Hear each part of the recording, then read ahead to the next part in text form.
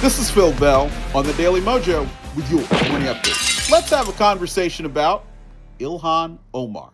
Now, you remember way back when Ilhan Omar was really given a princess's treatment because she migrated to the United States from Somalia and managed to get elected to the U.S. Congress. But in the time since she's done that, we found out a little more about her. First of all, we found out that she's completely crazy. But secondly, we also found out that she may or may not have married her brother at one point. But what's the most interesting thing we found out about just came recently. She released her financial disclosures, which showed that she is now worth between $6 and $30 million.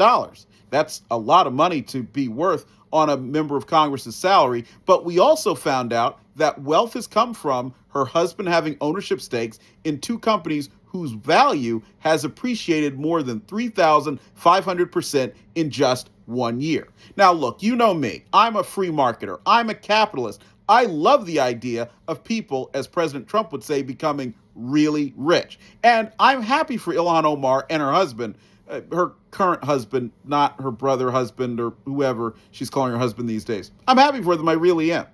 And I'm upset, though, that rather than Ilhan Omar doing what she can as a member of Congress to make sure that you and I have the same market freedoms to do what she and her husband have done, she has been running around with the squad members like AOC trying to take away our economic freedom. You see, Ilhan Omar is more than happy to come to this country and take advantage of the bounty that it has. But then she wants to make it so that you and I never have the same opportunity. She wants to tax us to death. She wants to regulate everything to death. She wants to take away every opportunity that we have so that it's hard for us to even buy a house, much less think about becoming millionaires or more. And that is hypocritical.